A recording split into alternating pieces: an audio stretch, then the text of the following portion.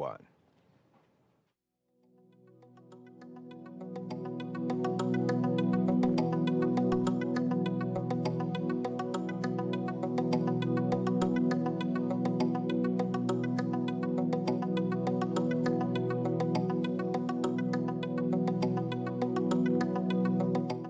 First, live, local. This is Fox 12 Now. Hello, everyone. This is Fox 12 Now. I'm Greg Nibbler. I want to pull that up. That is our live look there at Mount Hood from our ski bowl camera, Mount Hood National Forest. It does look pretty nice up there, but what lurks in those hills? Hello. So this is Fox 12 Now. We are live here every weekday, starting around 1 p.m. Pacific, going throughout the afternoon, covering a wide range of topics. Right now, we are talking about filmmaking in the Pacific Northwest, and in particular, a new Bigfoot-themed film called Feet of Death. And we're going to be talking about this with James Chick, who is the writer and director.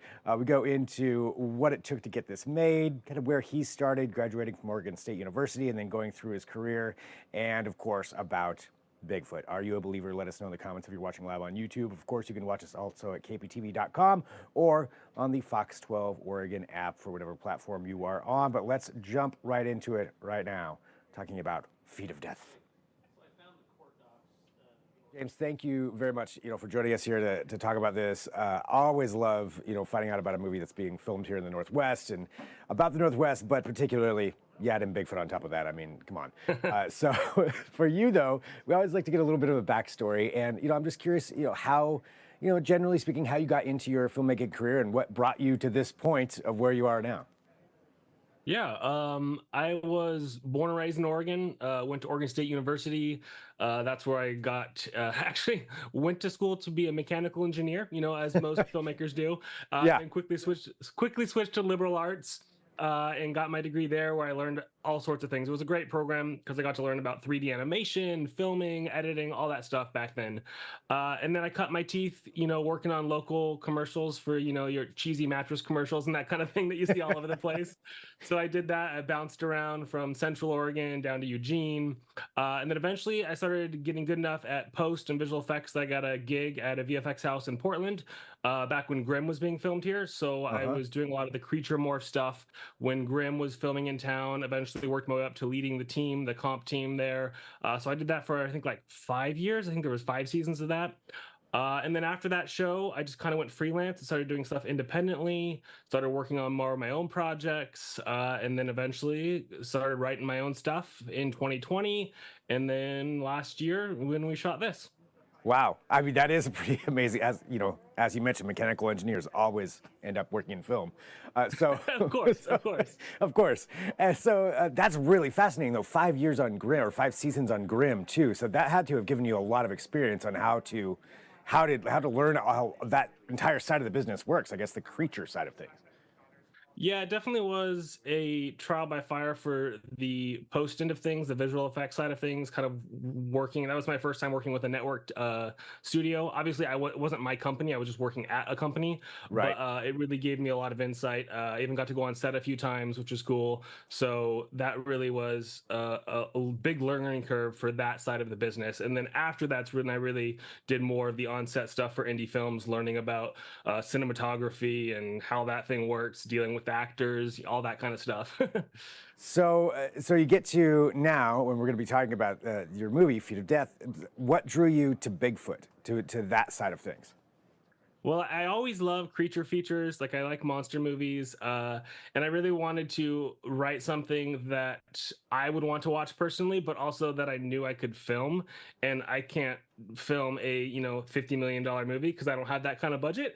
So I wrote something that we could, between crowdfunding and self-financing, that I knew we could pull off, but it was something that I knew I wanted to watch myself.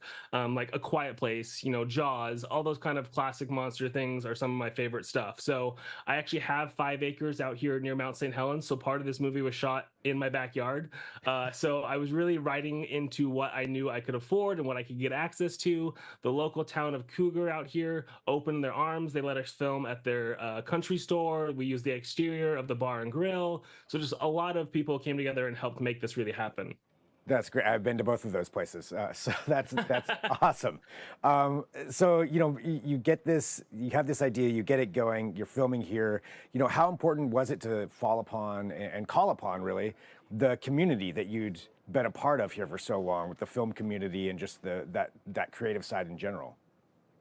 Yeah, I mean that the people you meet in this business really makes a huge difference. It's just like any business, not necessarily about what you know, but about who you know. So that always helps get you off the ground.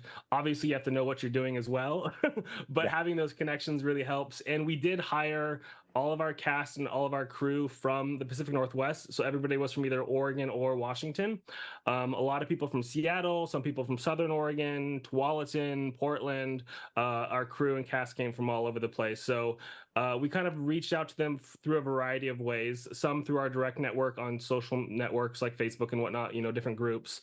But then we also, there are websites specifically designed for casting, like Backstage and casting calls and things like that, where you can put out a casting call and actors subscribe to these websites so they get notified when a role that fits their demographic pops up, and then they can send in tapes, and then we can do a Zoom chat like this. But then also on top of that, we met up with or got connected with Big Fish Northwest, I think is what the talent agency is, out of Seattle, and they were amazing and hooked us up. I think we got 2 or 3 of our actors via them out of Seattle. Nice. So pulling on all those different connections, as you mentioned, yeah, different ways to go about it. But all here from the Northwest, so all putting that Yeah. together. So let's talk about the film. I know, obviously we don't want to give any spoilers, but can you give us the general synopsis of what this is about? Yeah, so Feet of Death is not, I would not call it a horror film. So I don't want people to like go into it thinking that there's going to be a bloody massacre or whatever, because that's not what I wanted to make. I wanted to make more of a thriller, a suspense, a whodunit.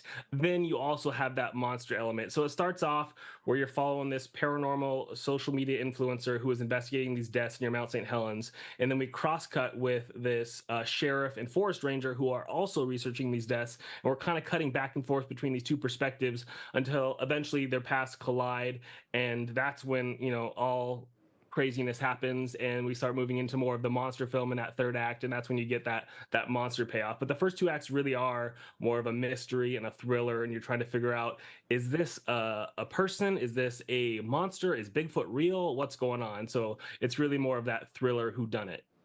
Were there? You mentioned a couple of movies earlier, but was there anything that you went to as maybe inspiration? Obviously, you don't want to copy something somebody else has done, but as far as inspiration for this style of movie.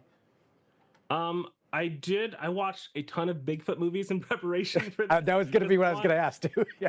Yeah, one, I didn't want to do, like you said, I didn't want to copy anyone and be like, this has already been done. So I really did try and do something different. So, it's not a found footage movie where people are stuck in a cabin, or it's not, I wanted something different. So I did watch a bunch of Bigfoot movies, and some ones stand out, like Exist was a really great one where they hid the monster a lot. And then I was also pulling off Jaws, where in Jaws, I don't know if you know, but the shark they named Bruce wasn't working. They couldn't get anything to happen well, so they basically just hit it, and that actually paid off in the end, where you didn't really see the shark until the end. So we definitely went with that because we didn't have $100,000 to spend on a Bigfoot suit. We had a fraction Right. of that. So we hit it. There's a lot of silhouettes, there's a lot of sound design, there's a lot of shadows and whatnot, and then it's really not until that end that you really get that payoff where we actually show the creature. So I would say Jaws is a big inspiration. Both, I love Spielberg and just the way that he went about filming and hiding the monster. Yeah, that suspense leading up to it, whether that was obviously not intentional in the beginning, but sure, it definitely it worked paid out. off. Yeah, it definitely worked out for them. Okay, quick question for you about Bigfoot. Are you a believer? This is the question that always gets me because I know I'm going to get hate for it. I want to believe, but with all of the tech we have today, I find it really hard to believe that we have no solid evidence. And I've talked to multiple people, and I actually have family that are like believers, and I've heard their stories from when they were out hunting and whatever, and all these different things. But I just haven't seen anything that would necessarily make me a true believer at this point.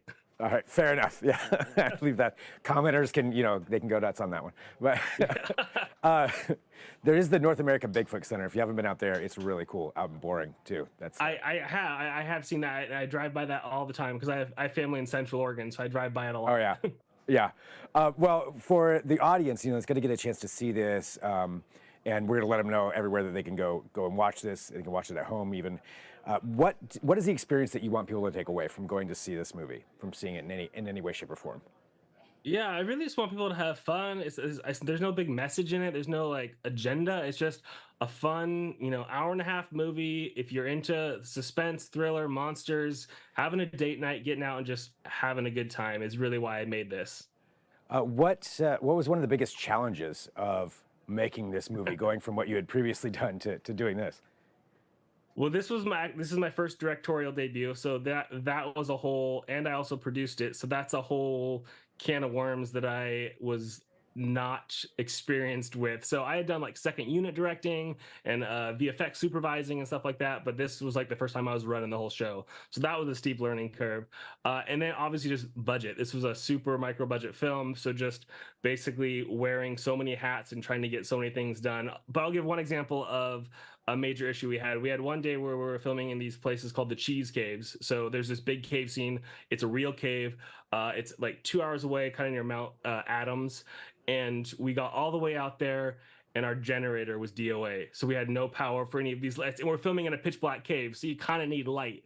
So I made do, and I left my big diesel truck running for about 12 hours and ran off the AC adapter to this little electric box that was then charging off of that. And then from there, we ran extension cords down into the cave. So just stuff like that, where it's like you run into these problems and it's like you have no choice. You got to make it work. So, but we made it work. And actually, that's one of my favorite scenes in the whole film is this cave scene. I think it turned out beautiful. That's awesome. Rigging stuff together in the middle of the night, freaking out, yeah, I can only imagine. Exactly. Well, for everybody out there who wants to go check this out, what's the best way for them to watch the film? It's out on streaming now, so it's on Amazon, it's on Google Play and YouTube Movies. So you can rent or buy it on any of those right now. So just search Feet of Death and it should pop up. And I think my last question there too is, going through all of this, all that work that it took to make this and to get to this point, your first directorial debut, how does it feel now to have that out on streaming where people can watch this and check it out?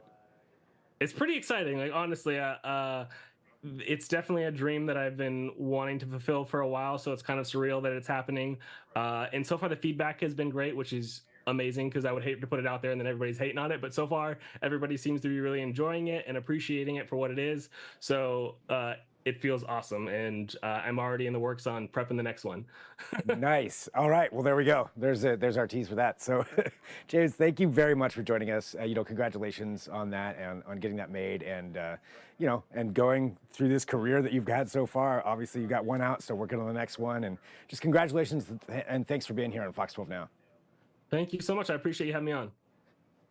All right, so again, we appreciate James joining us, and thank you for joining us here too. This is Fox 12 Now, and we are live streaming here every weekday. So if it is your first time, thanks for doing so. If you're watching live, we've got more coming up at 2:30. It is about, that's about 10 minutes from now. So at 2:30 p.m., we're going to be joined by former Timbers star and former MLS MVP Diego Valeri. He's going to be joining us to talk about his new co-ownership in something called Rose City Futsal. We will explain what futsal is, and we'll be talking to Diego there in about 10 minutes. So if you're watching live, again, join us right back on whatever platform you are on. If you're watching after the fact, you can, of course, always find all of our segments on the Fox 12 Oregon YouTube channel at kptv.com under the Fox 12 Now tab or on the Fox 12 Oregon app. Please feel free to share that out there and let everyone know, especially if there's a specific segment or an interview that you are really interested in. Let people know about that. But we are going to take a break right now. We're going to regroup here and get ready for Diego Valeri. That's in about 10 minutes. I'll talk to you then. I'm Greg Nibbler. This is Fox 12 Now.